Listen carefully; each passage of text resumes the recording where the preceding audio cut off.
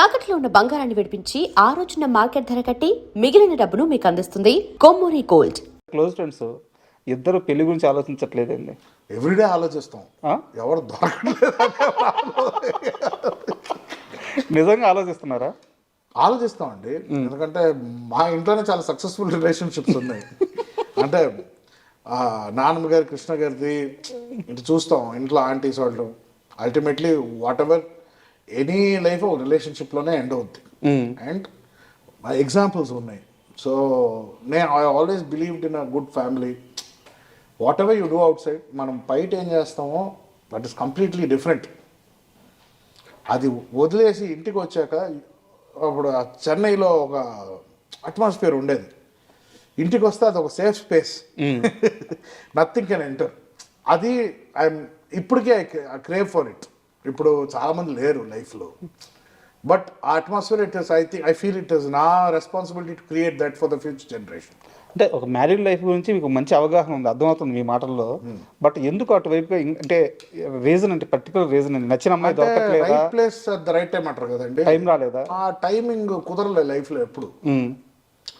Either wrong అమ్మాయిలను కలవడము, are వాళ్ళు wrong person నన్ను కలిసారేమో. ఇంట్లో తప్పు గిప్పు లేదు, కానీ కంపాటబిలిటీ కుదరకపోవడం వల్ల. అండ్ ఎలా చెప్తాను, ఫస్ట్ 20 to 30 పాపం ఒక అమ్మాయి కోసం వెయిట్ చేశాను. ఆ అమ్మాయి తిరిగి కూడా రాలా, పెళ్లి చేసుకుని వెళ్ళిపోయింది. సో ఆ మోస్ట్ ప్రైమ్ ఇయర్స్ నేను ఇంకే అమ్మాయిని చూడలేదు. ఆ 30 years తర్వాత ఏంటన్నా ఇంత వీపీగండి అయిపోయానా అని అనుకున్నాను నేను. So after that mind set change అయింది. సో నా first relationship was after my 30s. So అప్పుడు నేను 17లో ఉన్నట్టు ఉన్నది, నాకు everything was new. Couldn't understand, navigation కుదరలా. సో కొన్ని వర్కౌట్ అవ్వాలి రిలేషన్షిప్స్. బట్ నాకు తెలిసినంత వరకు, నేను కనుక్కున్నంత వరకు నేను అడుగుతున్నాను, ఆరెంజ్ సినిమా ఉంది కదా, orange movie, orange Ram Charan గారు. అవునవును, మీ లైఫ్ అని చెప్తారు చాలా. యాక్చువల్లీ సరిగ్గా గుర్తులేదు ఆ సినిమా నాకు. అంటే ఏదున్నా మొహం మీద చెప్పేస్తారు, నిజం చెప్పేస్తారు, రిలేషన్షిప్స్ క్యారీ అవ్వవు, బ్రేక్ అయిపోతుంటాయి అని చెప్పేసి.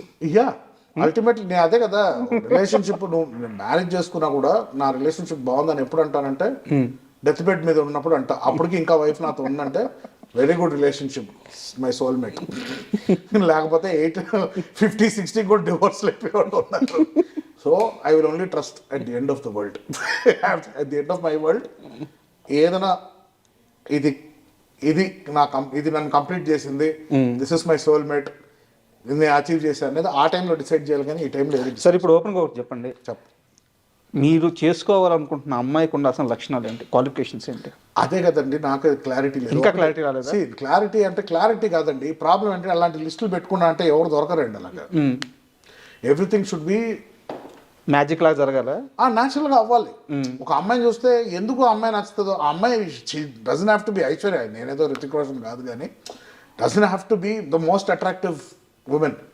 కొంతమంది జస్ట్ నచ్చేస్తారు. కరెక్ట్. నేను ఫస్ట్ ఇష్టపడ్డ అమ్మాయి అయితే నార్మల్గా ఉంటుంది అమ్మాయి, బట్ 10 ఏళ్ళు వెయిట్ చేశారు. యా, నాకన్నా 4 years పెద్ద అమ్మాయి ఉంటుంది ఆవిడ, బట్ వెయిట్ చేశాను అంతే. అది ఎందుకు అంత నచ్చిందో తను నమ్మలేదు, నేను చిన్నపిల్లకని ఈడే ఉంటాడు, ఇంకొక అమ్మాయిని చూసుకొని యంగ్ అమ్మాయికి వెళ్ళిపోతాడు అనుకుంది, పిచ్చింది. తర్వాత 30కి రియలైజ్ అయింది. 34 వచ్చినప్పుడు నేను 30 వచ్చి అప్పుడు రియలైజ్ అయింది. అప్పుడు పెళ్ళి అయిపోయింది ఇంకొకరితో. ఏం చేస్తావు ఇంకా, కానీ అమ్మాయి వెళ్ళి హ్యాపీ మ్యారీడ్ లైఫ్ అన్నా. సో ఇప్పుడు మనం రిలేషన్ గురించి మాట్లాడుతున్నాం కాబట్టి అది సీరియస్ క్వశ్చన్ కాదు, కానీ అడగాలనుకుంటున్నా. మీకు ఇష్టమైతే సమాధానం చెప్పండి, స్కిప్ చేసేసేయండి.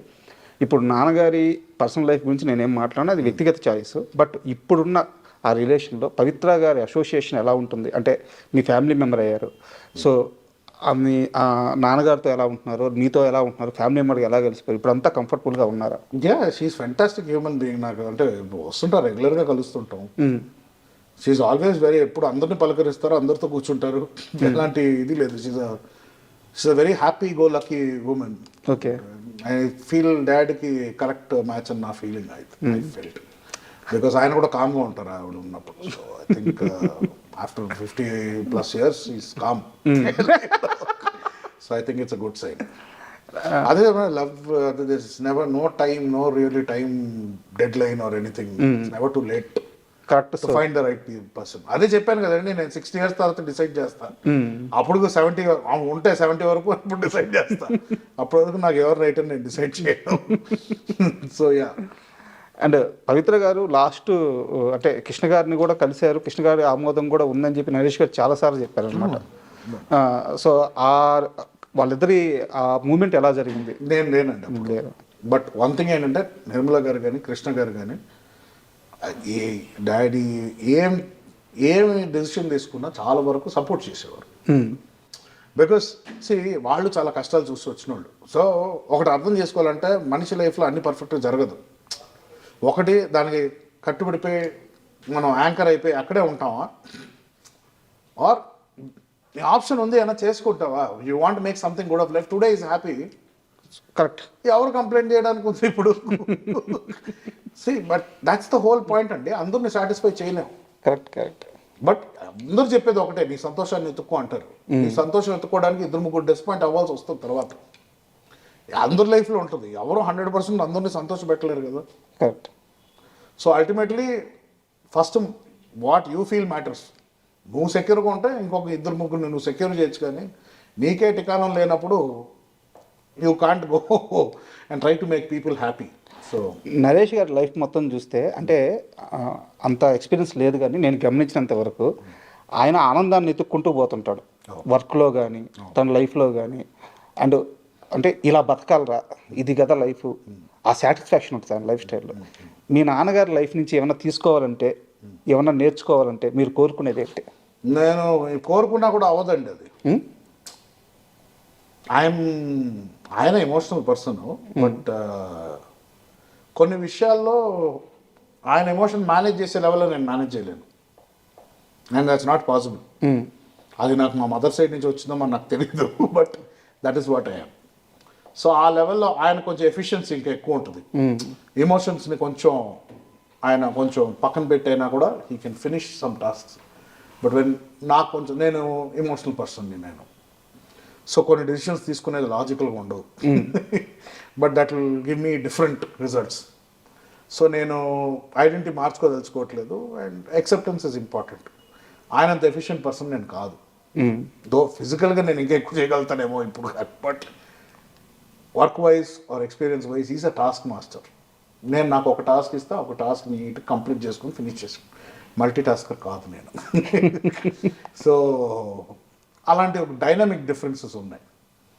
సో నేను అది అనుకోవడంగానే అది పాసిబుల్ కాదు. Both are little different. మా operation the way we operate are different.